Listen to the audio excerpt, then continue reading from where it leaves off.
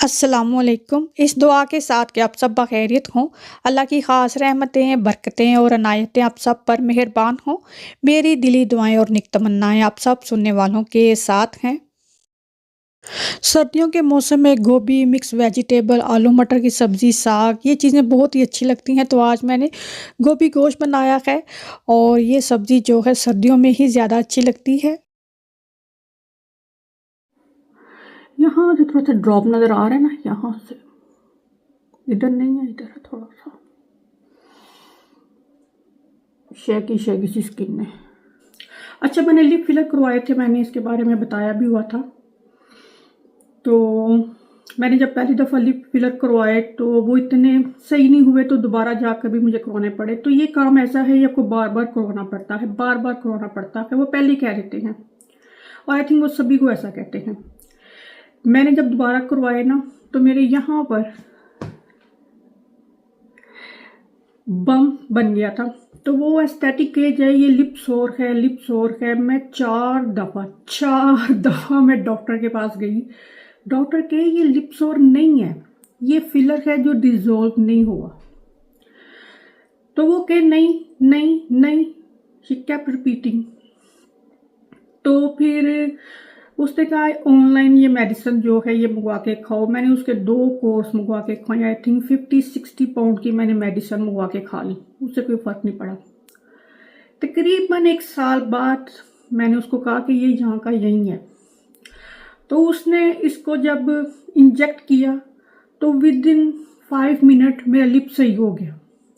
तो वो lip filler ही था जो डिज़ोल्व नहीं हुआ। और जब वो सही हुआ जो लिप फिलर था, उसने 2 दफ़ा लिप फिलर हुआ ना, तो दोनों दफ़ा के लिप फिलर को ख़त्म कर दिया। तो यहाँ से लिप बिल्कुल फ्लैट हो गया। मेरे हस्बैंड जब गए थे अरबील अपनी हेयर ट्रांसप्लांट करवाने, तो वहाँ पर ये सब चीज़ें हैं। तो मैंने सोचा था कि मैं वहाँ से जाके करवा के लाऊंगी। तो वो मेरे फ़ोटो लेकर गई। मैंने अपने दांत भी सही करवाने, तो मैंने कहा मैं वहाँ से करवा लूँगी। तो वो लेकर गई, तो उसने तो देखकर हैरान होगी कि ये लिप फिलर तो सही हुआ नहीं हुआ, यहाँ से अनइवन है, यहाँ से अनइवन है। इस वक्त ऐसे हैं। और मुझे कैसे चाहिए, ऐसे चाहिए थोड़ा सा ये वाला। और इन तमाम चीज़ों का ना मैंने यहाँ से भी करवाए थे, ये सही है, ये वाला सही नहीं है। और थोड़ा सा फिलर जो है वो यहाँ से यहाँ चला गया हुआ है। तो ये चीज़ें जो है ना, ये वेस्ट ऑफ टाइम है। एंड टॉप ऑन दैट सबसे इम्पोर्टेंट वेस्ट ऑफ मनी है, क्योंकि ये पैसे बहुत चार्ज करते हैं। और इन्होंने उतना ही काम करना होता है कि ये दोबारा आए दोबारा आए दोबारा आए। मुझे वो बता रही थी एस्थेटिक के, मुझसे किसी ने लिप फिलर करवाए, उसको 3 साल लगे। बार बार उसने लिप फिलर करवाए, 3 साल में उसके लिप फिलर हुए। तो कितने उसने पैसे पे किए होंगे। तो देखें, अजीब अल्लाह की कुदरत है। हम मोटे हो जाते हैं, हमारा पेट बढ़ जाता है, हमारे जो साइडें हैं यहाँ पर फैट आ जाती है, हमारी टांगें मोटी हो जाती हैं, हम इसको पतला करते हैं। और जहाँ हमें फैट चाहिए, यहाँ पर हमें फैट चाहिए, यहाँ पर फैट रहती नहीं है। कितनी अजीब कुदरत है अल्लाह की। और देखें ये जो अफ्रीकन लोग हैं, आप उनकी ब्यूटी देखें। उनके माशाल्लाह इतने खूबसूरत, उनके ये चीक्स इतने खूबसूरत हैं, उनके होंठ इतने खूबसूरत हैं कि उन्हें इन चीज़ों की ज़रूरत ही नहीं है। अफ्रीकन लोग जो हैं तो देखें, सिर्फ हम लोग ये कह देते हैं कि ये अफ्रीकन लोग हैं, इनकी स्किन थोड़ी, इनका नेचुरल कुदरती तौर पर स्किन कलर हमसे डिफरेंट है। बाकी तो उनके पास वो तमाम चीज़ें हैं जो हम पैसे खर्च कर करके अपने ऊपर करवाते हैं। है ना मज़े की बात। तो चेहरे के ऊपर वक्त के साथ साथ यहाँ पर देखिए अभी थोड़ा सा ना ये ड्रॉप होना शुरू हो गया, थोड़ा सा। इस पर अभी तो जो दूंगी या ऐसे चाहिए मुझे। और ये इतनी सी स्किन है, बस इतनी सी, वो एक कहते हैं एक चुंडी, बस इतनी सी। और इस पर अभी से तवज्जो दी जाएगी या तवज्जो दूंगी तो ये सही हो जाएगी। और इंशाल्लाह मैं कोई फिलर नहीं मैं करवाऊंगी, इस वजह से नहीं कि ये सही है या गलत है, मैं नहीं मानती इन चीज़ों को। हाँ, ये सही नहीं भी है, लेकिन हमें बहुत सारी और चीज़ें भी हम देखते हैं कि हम वो सही कर रहे हैं। तो ये इंडिविजुअल एक्ट है। हो सकता है मैं एस्थेटिक के पास ना आ जाऊं, लेकिन जो ऑफिशियल योगा है, ऑफिशियल एक्सरसाइज है, वो बहुत ज़्यादा इफेक्टिव है और उससे ये ड्रॉप, ये चिन, ये सब सही हो सकता है। तो ये मैं अभी कर रही हूँ, तो आहिस्ता आहिस्ता यहाँ पर फर्क आने लगा है। तो जब ये फुली सही होगा तो भी मैं दिखाऊंगी आपको। ये देखिए, ये नज़र आ रहा है क्लियरली ना। तो अभी यहाँ पर भी फ्लैट है मेरी स्किन, तो यहाँ पर भी मैं सही करूँगी तो लगेगा मैंने फिलर करवाया हुआ है इंशाल्लाह। तो वो मैं आपको दिखाऊंगी जब ये हो जाएगा। इसको टाइम लगेगा, आहिस्ता आहिस्ता होगा, इसको टाइम लगेगा। अभी जैसे बालों की हम बात करते हैं, तो मैं पहले भी इसकी बात कर चुकी हूँ। कोई शैम्पू बालों के लिए सही नहीं है, कोई कंडीशनर बालों को सही नहीं कर सकता, कोई शैम्पू बालों को सही नहीं कर सकता। ये सब बकवास है। हाँ, ये बालों को स्मूथ कर देता है, साबुन से या किसी और चीज़ से बाल सही नहीं होते। शैम्पू से बाल साफ हो जाते हैं और कंडीशनर से थोड़े सॉफ्ट हो जाते हैं। ना हेयर फॉल कोई शैम्पू रोक सकता है, ना ग्रो कर सकता है कोई शैम्पू। ऑयलिंग जो है मैं कहती हूँ वो सही है, वो बालों को थोड़ा स्मूथ कर देती है, बालों में डैंड्रफ खत्म कर देगी, बालों को टूटा हुआ है, बाल टूटे हुए हैं तो वो सही कर देगी, लेकिन ग्रो वो भी नहीं करेंगे। हेयर विटामिन अभी मैं दिखाती हूँ, मैं कौन से भी आपको दिखाए हैं जो हेयर विटामिन मैं खाती थी, वो भी परफेक्टिल के थे, वो हेयर, नेल और स्किन के लिए थे। अभी मैं सिर्फ ये वाले खाती हूँ जो सिर्फ बालों के लिए हैं, तो ये मैं खाती हूँ। तो जो ओरिजिनल वाले हैं वो भी परफेक्टिल के हैं, वो मैंने आपको पहले दिखाए हुए हैं। वो हेयर, नेल और स्किन 3 चीज़ों के लिए हैं, लेकिन ये सिर्फ बालों के लिए। तो ये 2 मंथ सप्लाई है और 1 अ डे खानी है। वो वाली जो थी वो पीले रंग की थी और ये इस तरह की है। काफ़ी स्ट्रॉन्ग स्मेल है इसकी, जैसे पाकिस्तान में दवाइयों की दुकान से आती है ना, बिल्कुल वैसे है। वो जो थी वो 5-6 पाउंड की मिल जाती है, जबकि ये है, ये आई थिंक 20 पाउंड का बॉक्स है ये वाला। ये बालों के लिए बहुत बेहतर है। अभी तो मैं स्कार्फ लेती हूँ, लेकिन अगर मैं स्कार्फ ना लेती हूँ तो मैं आपको अपने बाल दिखाऊं। जिस तरह मेरी एज है उस हिसाब से मेरे बाल, जब मैं यंग थी, आज से 10 साल 15 साल पहले, तो ज़ाहिर मैं यंग थी, मेरे बाल उस वक्त ख़राब थे। और अभी 10-15 साल बाद मेरी एज बड़ी है तो बाल भी ख़राब होते हैं, तो मेरे बाल अब सही हो गए हैं।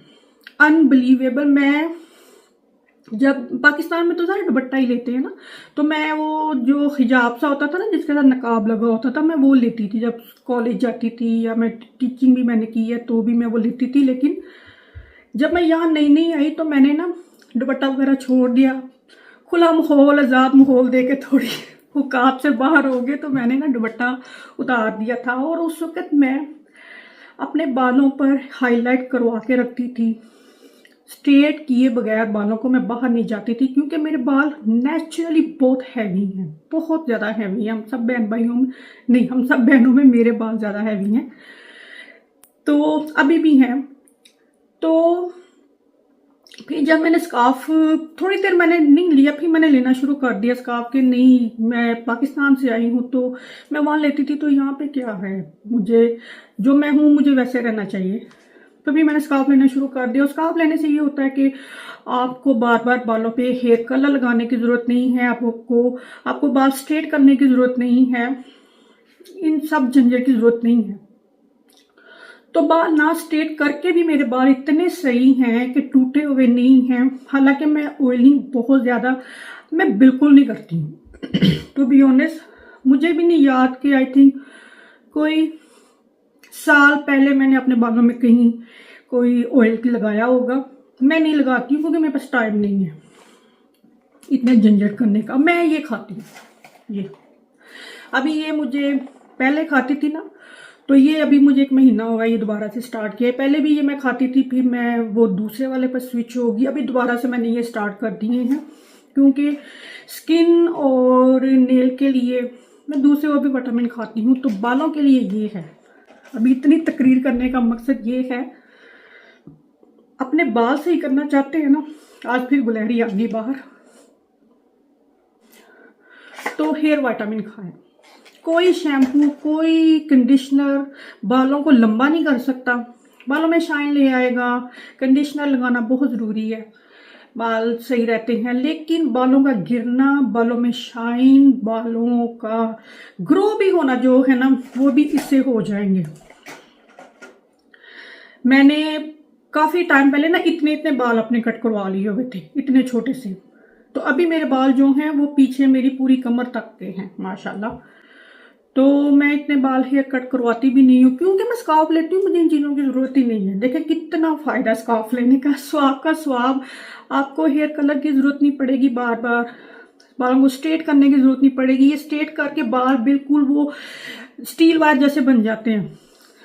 देखते हैं ना, हम बाहर जाते हैं, हम देखते हैं औरतों के बाल स्ट्रेट हुए तो ऐसे वो लटक रहे होते हैं, ऐसे लग रहे होते हैं। एक तो होते हैं ना सिल्की बाल, जैसे बच्चियों के होते हैं। जब हम माएँ बन गई हैं, हम बड़ी ज़्यादा उम्र बढ़ रही है हमारी, हम बड़ी उम्र की हो रही हैं, हमारी उम्र बढ़ रही है अल्हम्दुलिल्लाह अल्हम्दुलिल्लाह, तो बालों पर भी असर पड़ता है। तो बहुत ज़रा स्ट्रेट कर करके भी बाल ख़राब हो जाते हैं। तो जब ऐसे विटामिन खाएंगे तो आपके बालों में जान रहेगी, वो सॉफ्ट रहेंगे, नाइस रहेंगे। सबसे इंपॉर्टेंट चीज़ कि वो गिरेंगे नहीं। जब नहीं गिरेंगे तो बाल सर पर ही रहेंगे। कितनी तकरीर मैंने की है। तो ये कोई प्रमोशन नहीं है, ये मैं खरीद कर लाती हूँ। तो मेरा मकसद होता है कोई ऐसी चीज़ शेयर करना जिससे आपको फ़ायदा हो। मेरे इंस्टाग्राम पर सबसे ज़्यादा मुझे ये सवाल पूछा जाता है, सिस्टर इसका ना लिंक शेयर कर दें, आपने कौन से हेयर विटामिन बताए थे, हमें नहीं मिल रहे। तो ये मुझे बहुत ज़्यादा सवाल आता है इंस्टाग्राम पर, तो मैं इसका लिंक ज़रूर शेयर करती हूँ। पहले हम बहुत ज़्यादा शॉपिंग किया करते थे, कोई भी चीज़ ऑफ़र पर होती थी, कपड़ों के हवाले से बहुत ज़्यादा शॉपिंग करते थे।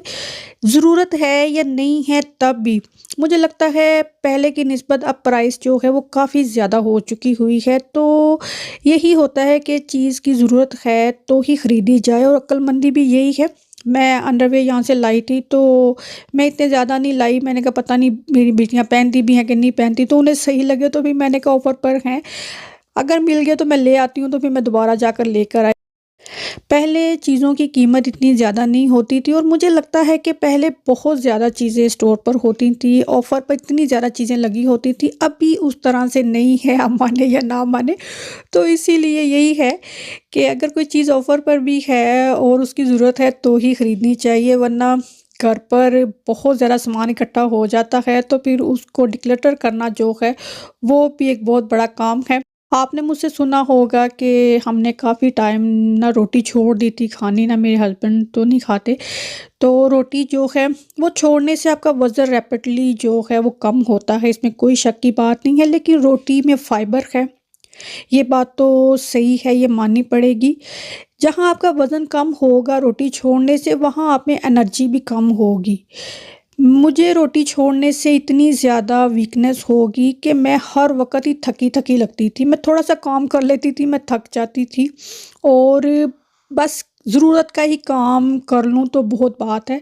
एंड देन आई रियलाइज़ कि रोटी जो है ना, ये जो कहा जा रहा है कि रोटी नहीं खानी चाहिए, रोटी नहीं खानी चाहिए, ये डिपेंड करता है कि आपकी एक्टिविटी कितनी है।